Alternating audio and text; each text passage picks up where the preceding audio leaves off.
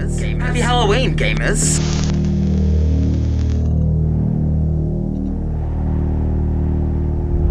Happy Halloween, gamers.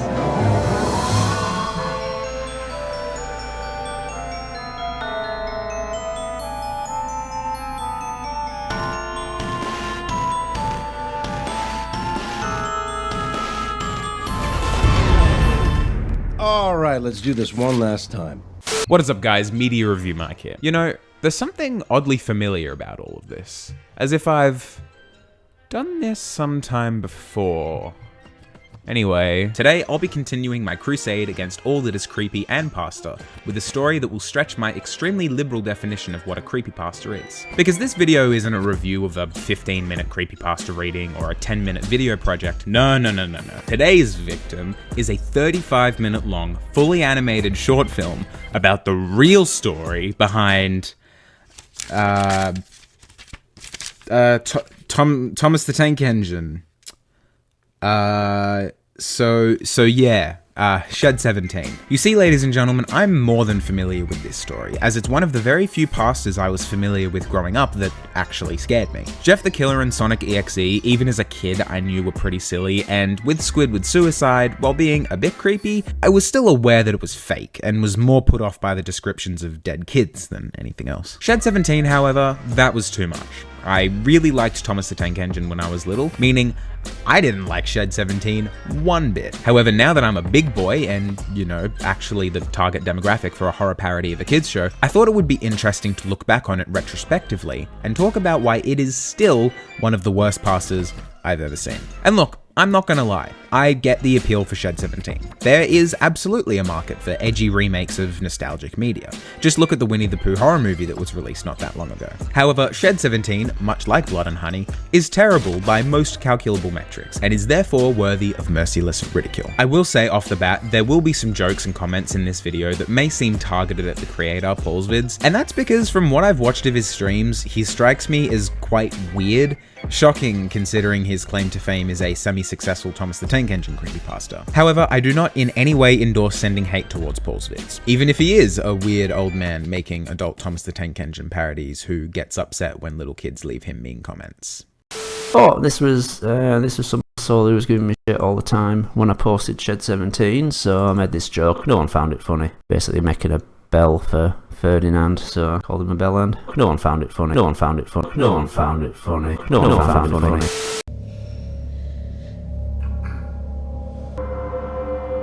I haven't laughed in 6 episodes. Also, keep in mind, ladies and gentlemen, that this is all simply my opinion, and while I feel my opinion is well backed up with a sound knowledge of story writing and basic common sense, I'm by no means an expert. I'm just a guy with a microphone and an editing software. If you like Shed 17, that's great. I'm happy for you. Just please stay away from me so I don't catch any of your germs. As with all my videos, I've tried to write this to be as comprehensible as possible to people who haven't seen Shed 17, however my analysis will be better if you have seen it. It's only about 35 minutes long, so if you've got time, I'd recommend watching it first. Not because it's good, but because it'll make my work better. Me. Now you may be looking at this video's runtime and be thinking to yourself, wow, Mike, this video is long, and it's about Thomas Train creepypasta? Why is this? Well, the answer to that question is that I have a tendency to hyperfixate on things and a propensity to ramble. So do the math. Also, Shed 17 is like 35 minutes long, which makes it a fair bit longer and denser than my usual objects of ridicule, so I just ask that you bear with me. I promise it'll be worth your time.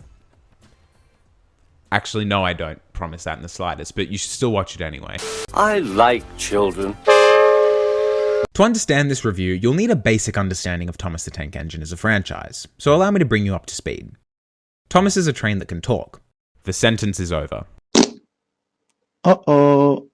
Stinky poop.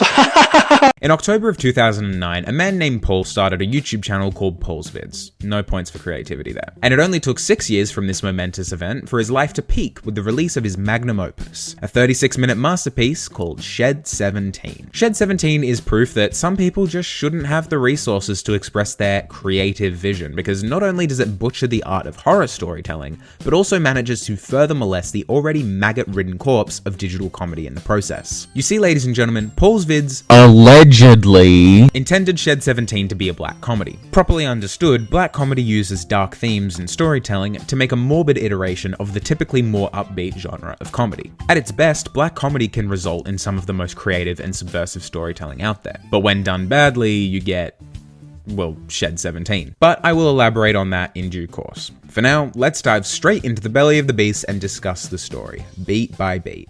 This is gonna be a long video. Does somebody not know how to flush a toilet after they've had a shit? What do you mean?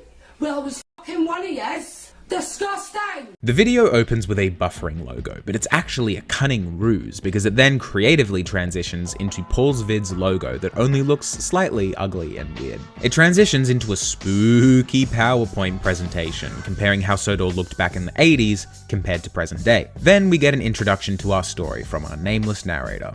Series, people around the world have grown up with the railway stories and all their cheerful characters. But the truth behind Thomas and his friends was no children's fantasy. The truth would be horrifying.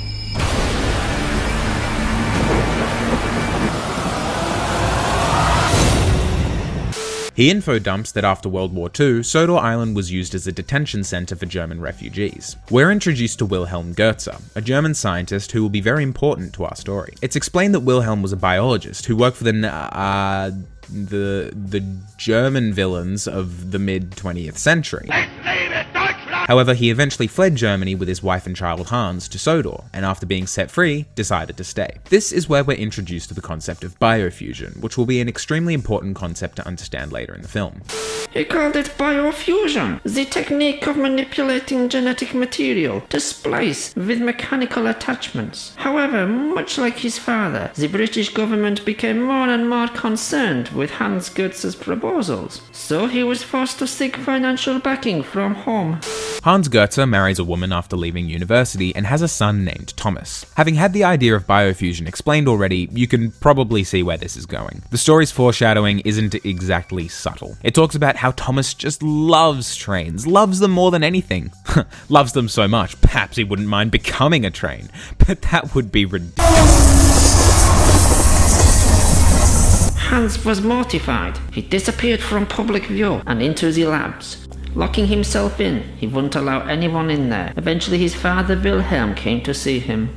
Now Hans, being a very rational and well-adjusted individual, decides that the only appropriate course of action should be to bring Thomas back to life in the form of a tank engine, which is an interesting decision for an otherwise normal person to make. And look, there's nothing inherently wrong with the story taking this route. The problem lies with the lack of characterization that Hans gets. If Hans had been portrayed previously in the story as a mad scientist who would perform crazy experiments and this living tank engine's son would be his magnum opus, it would make more sense for this to be the bizarre and objectively ridiculous decision that it is. But as far as we can tell, Hans is just a regular guy who happens to be a scientist. There's no characterization, so as an audience, we have no point of reference as to why he decides to turn his son into a train. Because if they can clone him, which it's established later on in the story that they can, why don't they just clone him back into a little boy child thing? And if Paul didn't want to waste time with the arduous and entirely unreasonable task of giving his character's motivations,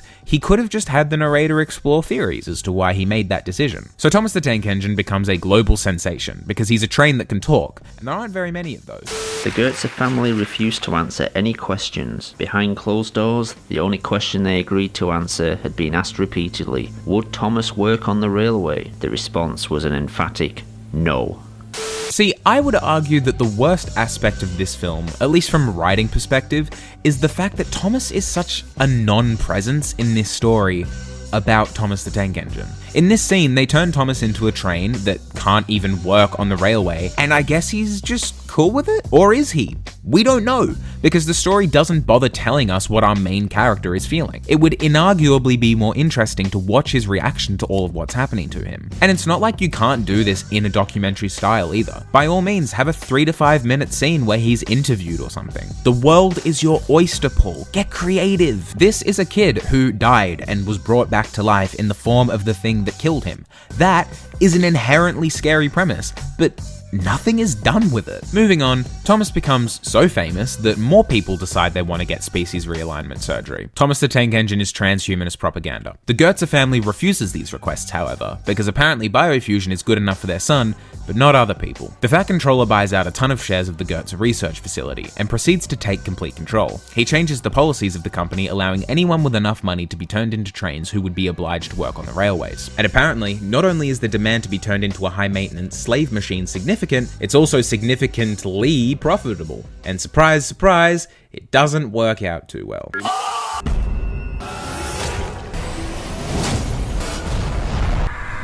I don't know, why don't you tell him about the story about how Gordon met Percy and how Percy's now bleeding from his fucking eye sockets? Actually, it was Gordon.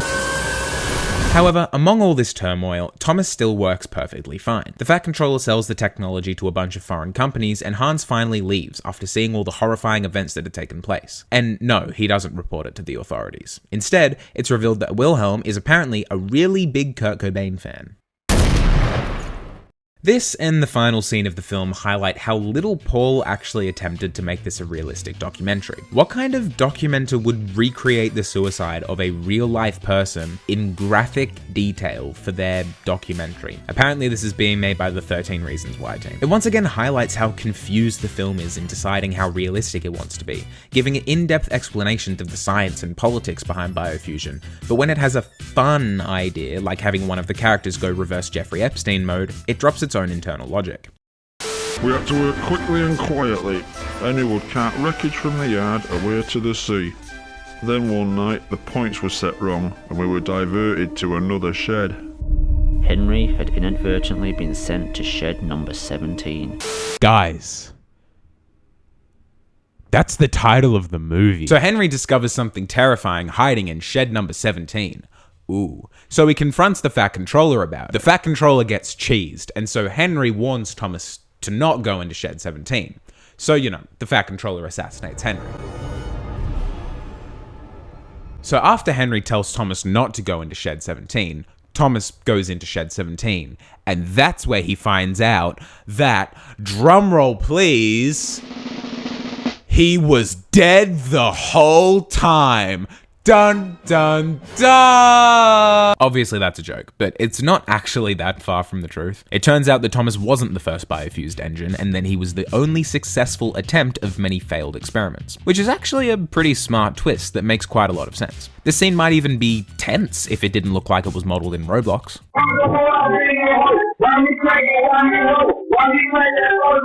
A spooky, scary skeleton then pops out of Thomas, which startles him a bit, and he accidentally stumbles back and steps on a Lego brick. See, this scene is actually very clever when you think about it, because as we all know, the number one rule of horror is that more loud equals more scary. So the fact that the screaming is ear-bleedingly loud is definitely an intentional artistic decision, and not just obnoxiously bad audio mixing. So, ladies and gentlemen, here is my expert opinion on what I think Paul was going for in this scene. My headcanon, if you will. Because the in-universe film directors would have no idea of knowing what actually happened inside Shed 17, this is their balls-to-the-wall interpretation of what happened. However, that is not only an extremely generous assumption, it's also schizophrenic as piss. And in reality, it's far more likely that Paul was huffing some clad glue one day and thought to himself, you know what would be funny? After further research, it turns out the whole scene is a reference to Alien 4 Resurrection, which doesn't really change anything about the scene because it's a very surface level homage, but I thought it was worth mentioning. The scene would be elevated immensely if Paul embraced a less is more approach. If he used distorted security camera footage to vaguely show what happened, he could get away with letting the audio do the heavy lifting, because what the human mind can conjure is far scarier than any idea Paul could ever put to screen, especially if this is the scariest thing that he could come up with. Even if you're willing to look past the fact that this isn't a very scary scene and doesn't really make a whole lot of sense, like none of what's happening is explained in any way, shape or form, not even in the sequel, sequel. The scene also just doesn't work in the context of the film. It's way too over-directed. The camera can't hold still for just 1 second, and maybe that's to hide some of the weird-looking shots. Maybe Paul wanted to just get multiple different angles, but it just ends up making the scene really difficult to follow. Plus, the skeleton itself just looks ridiculous. I know pretty much anyone who's watched this scene can probably see that for themselves, but I really felt obliged to point out this looks so stupid and really falls short as a conclusion to this story. Another major problem with this scene is that it comes out of nowhere. The rest of the film is at least somewhat grounded in realism. Biofusion is an established science in this universe, and so the rest of the film is written around the parameters of how Paul wants biofusion to work. So when Mavis starts burning up because of the fuel, or Harold crashes because his muscles get caught in his propellers, it makes sense. What doesn't make sense is Thomas's body that has arms for some inexplicable reason, climbing out of its metal casing, awkwardly standing there for a minute, then ripping its own face off seemingly against his will, and then having his cartoonishly large skull start screaming. It's too absurd of a twist to work in the context of the rest of the film, is my point. If the whole movie were written like this, it'd be fine. In fact, I would argue that the film would probably benefit if it took itself less seriously and had more moments like this. But the problem is that it doesn't do that. And then that's basically the end of the movie. We never find out what was in the tank, we never find out why Thomas jumps out of his skin like a cartoon character, we never find out what happens next. I suppose we'll just have to wait for the inevitable sequel. Or should I say unfortunate sequel? That one didn't age quite so well. When you consider that Shed 17 came out in 2015, it's a bit easier to give it a pass. Especially when you consider the fact that in recent years, original analog horror series on YouTube have honestly spoiled us quality-wise, because there are so many impressive projects out there that it just makes Shed 17 look ridiculous in comparison, which I know isn't its fault, but it does unfortunately mean that Shed 17 comes off as quite dated, all things considered. And also, don't take that as me saying Shed 17 was innovative or even good for its time. It was still bad back then, but so was everything else. What most of these new horror content creators recognize is that they shouldn't be overly ambitious and keep their designs and framing vague. Paul opts to show everything in as much detail as possible, and as a result, destroys any ability the audience has to make inferences, because everything is being thrown at you at 1,000 miles per hour. As you can tell by my Nostalgia Critic play-by-play, there's very little build-up or time to breathe in the video. And that's not just as a result of me trying to condense a half-hour runtime into a brief summary. It really is structured this sporadically. The introduction feels like an eternity, and the ending feels rushed and abrupt. And I believe a large reason for this inconsistent pacing is the varying amount of effort that Paul put into creating a realistic feeling documentary. By the end, it's genuinely difficult to discern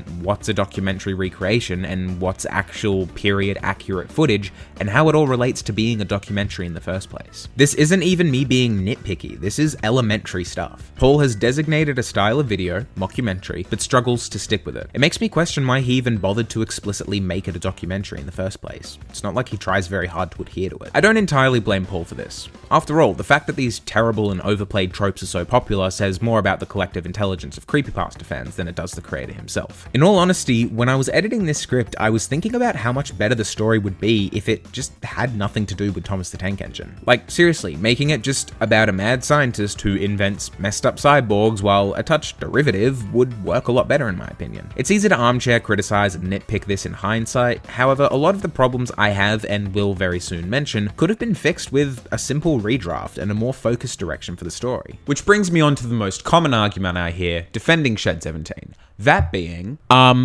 actually, Shed 17 is intentionally bad because it's meant to be a comedy. Have you not heard of post-irony, libtard? Which, you know, is a fair enough argument. I mean, this whole time I have been treating Shed 17 as an earnest I knocked the microphone. After all, I have been treating Shed 17 as an earnest attempt at horror this entire time. But how do its comedic elements hold up? Well, let's find— Spoilers, it's not very good.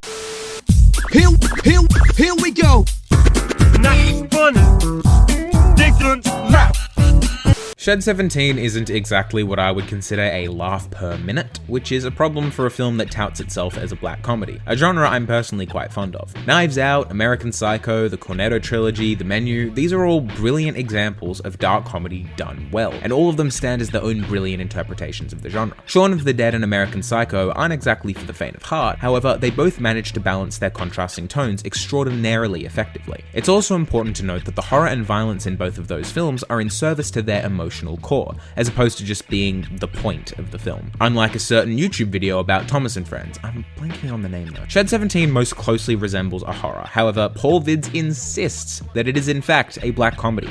So is it? Shaun of the Dead manages to be shocking, funny, emotional, and badass all in a 100-minute runtime. Now, to be fair to Shed 17, its runtime has less than half of that, but the issue is that its quality doesn't scale proportionally. It's kind of hard to say the movie isn't funny, because people's taste in comedy is so wildly subjective. For a lot of people, the simple idea of a gory Thomas the Tank Engine parody does the heavy lifting in the jokes department. However, what is utterly inexcusable is its stark contrast of tones, and how it doesn't effectively establish an atmosphere. It's often quite difficult to tell if we're meant to be laughing at a scene or recoiling in our seats. Oftentimes it's both, just not for the reasons Paul would want, I expect. And while you could argue that it's a horror movie with comedic elements, akin to something like American Psycho for example, I'd argue that the horror there, once again, is in service to the comedy, which just isn't the case in Shed 17. Am I just talking about Patrick Bateman to put his face in the thumbnail?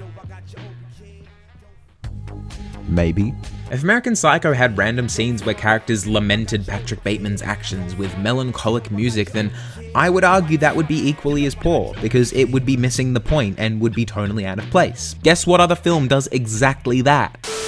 He had no idea he was only one of many clones. None of us did. But I guess as time passed, we stopped asking all the questions we had at first. We were just glad our friend was back with us. Thomas always thought of us as his friends. Over time, we came to think of him as just really useful. It's also worth noting that American Psycho actually has something to say. Don't get me wrong, comedy doesn't require a message to be effective, but satire kind of does, even if the message is as simple as the thing we're satirizing is bad or silly. American Psycho is a film about 80s yuppie culture and makes fun of it by hyperbolically exaggerating the personalities and characteristics of Wall Street businessmen. Shed 17 doesn't have a message. It isn't some treatise against transhumanism or the dangers of losing our humanity to machines. It's not even a meta commentary on creepypasta tropes, because that might actually be funny. It's literally just a Thomas the Tank Engine creepypasta, meaning the horror elements aren't in service to anything, not to the comedy and definitely not to a broader statement. It's just there for the sake of existing. No broader message or belief system, just a plain old run-of-the-mill Thomas the Tank Engine creepypasta. Hi gamers, Media Review Mike here. I'd just like to warn anyone in my audience who may not be comfortable with certain subject matters being discussed in their Thomas the Tank Engine related video essays that I'm about to be discussing a, we'll say, consent-free scene in Shed 17 sequel that absolutely should not have been there, but unfortunately is, and is related to the point I'm about to make. So I'd just like to kindly ask that anyone in my audience who's under 16 or not comfortable with the subject of R wording to skip to the timestamp that's on screen now. I'll give you guys a minute.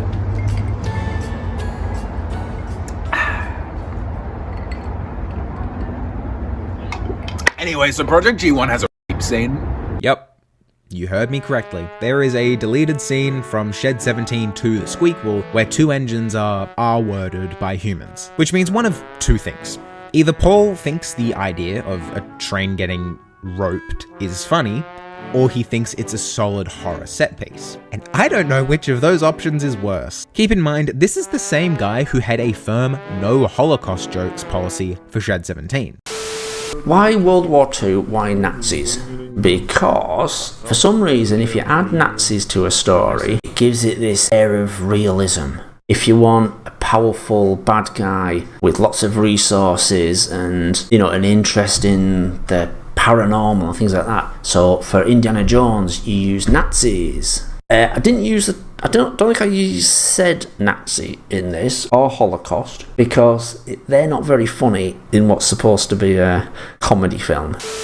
Which I, of course, completely agree with, because the Nazis are just not a funny thing to joke about, you know? It just shouldn't be done.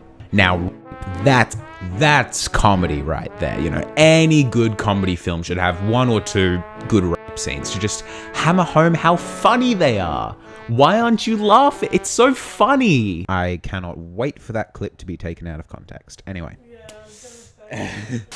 Wow, Mike. Way to be joke police. I for one love it when Project G1 had the train get diddled. It maked me go ah ha ha. Well, in the immortal words of me, okay. However, I would argue at least that the fact that Paul thinks that the Holocaust is off limits to joke about, but that rape is funny enough for his Thomas the Tank Engine comedy parody is, dare I say, a touch weird. Actually, that's pretty good. He's thinking about the Holocaust. Now I hate it. I might even go as far as to say odd. Can you see why I hesitate to call Shed 17 a comedy now?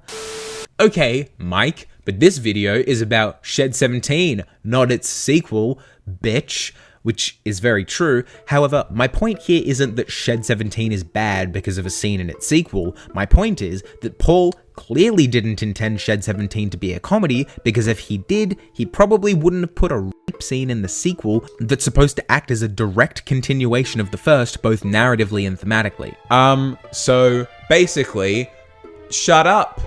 I'm right that this is weird. And now you're thinking, fuck you gonna dig the show out of this weird hole? It's a mango!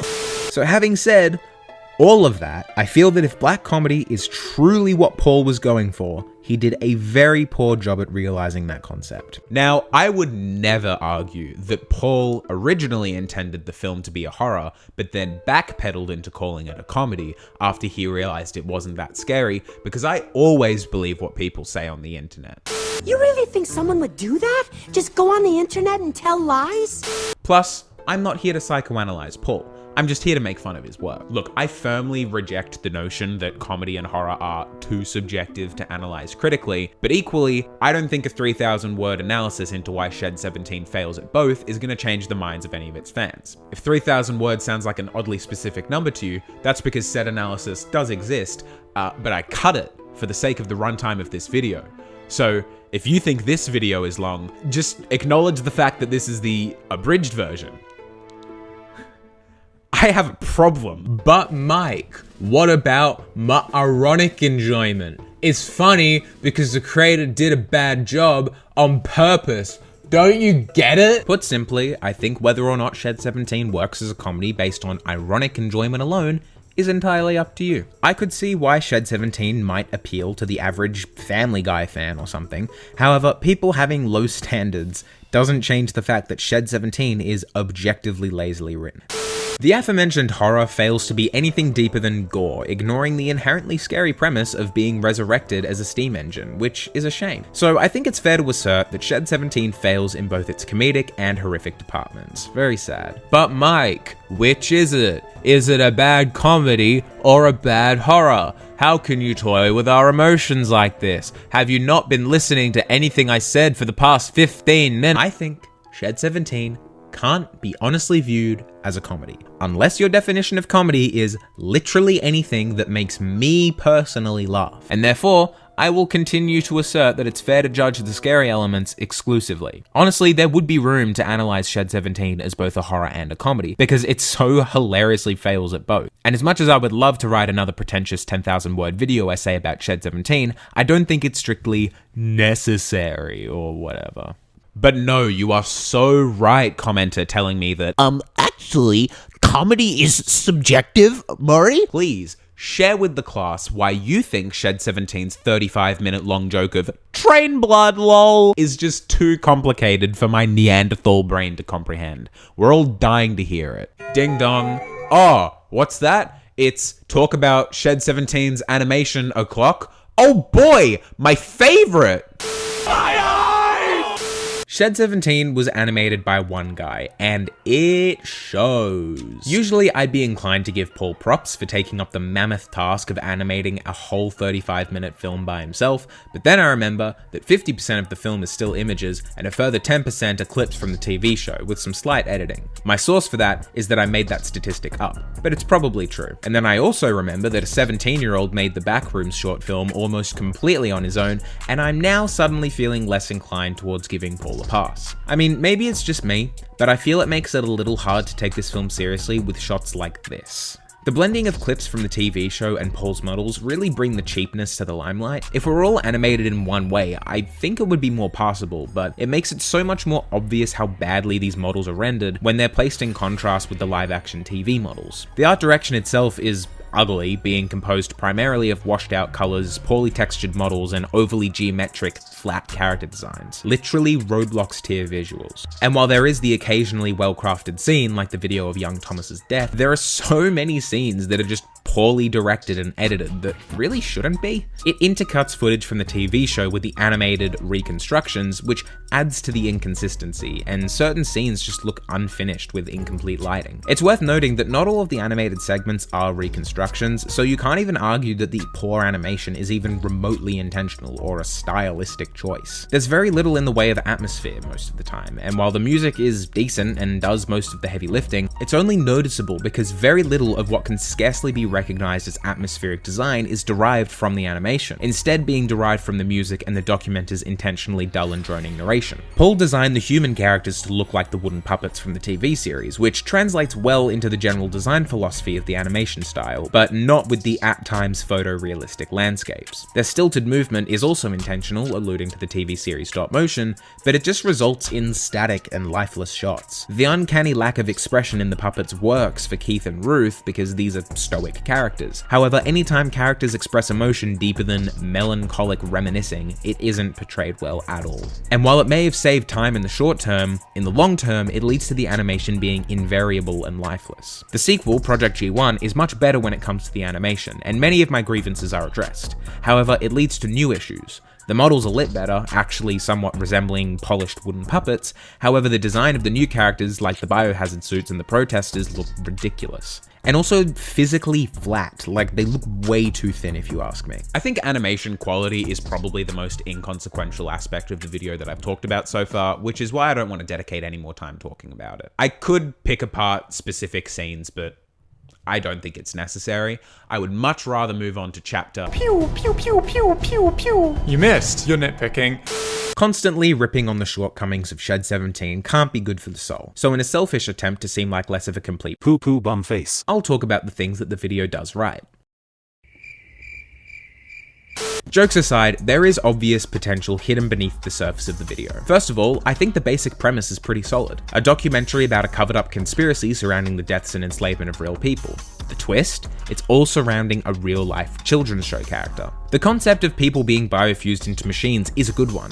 The problem comes down to its execution. I won't pretend like a lot of thought and effort wasn't put into Shed 17. There are a lot of ideas here that seem really cool on paper. For example, all of the people are wooden puppets, so whenever one dies, they're depicted with having sawdust for blood. But then you realize that that doesn't make any sense because all of the wooden people who get turned into trains bleed human-looking blood. I like the idea of Thomas being the first successful clone of many failed attempts, but the scene itself is undermined by how poorly executed it is. And there is occasionally a legitimately tense atmosphere in certain scenes like the flying kipper accident and Thomas entering Shed 17. Both of these scenes would have benefited from not showing us what happens to their respective victims, however. Overall, Shed 17 is just a cool idea that was executed with too much ambition. Paul wanted to flex his animating skills and test himself, but it ultimately was just too over the top to be genuinely scary. If Shed 17 were to be remade today, maybe by someone with more skill, I think the best way to make it work would be to leave more to the imagination. You can be scary without loud screaming and gore by building up an atmosphere of genuine dread,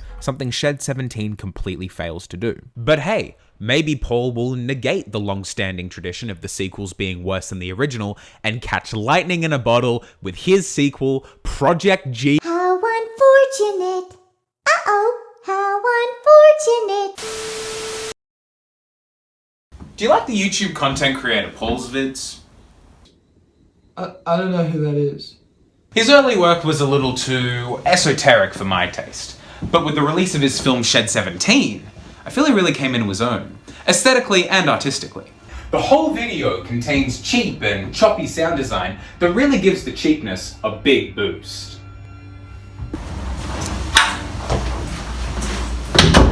It's been compared to his previous film Bertha, the True Story, but I feel Bertha has a far more concise and coherent plot.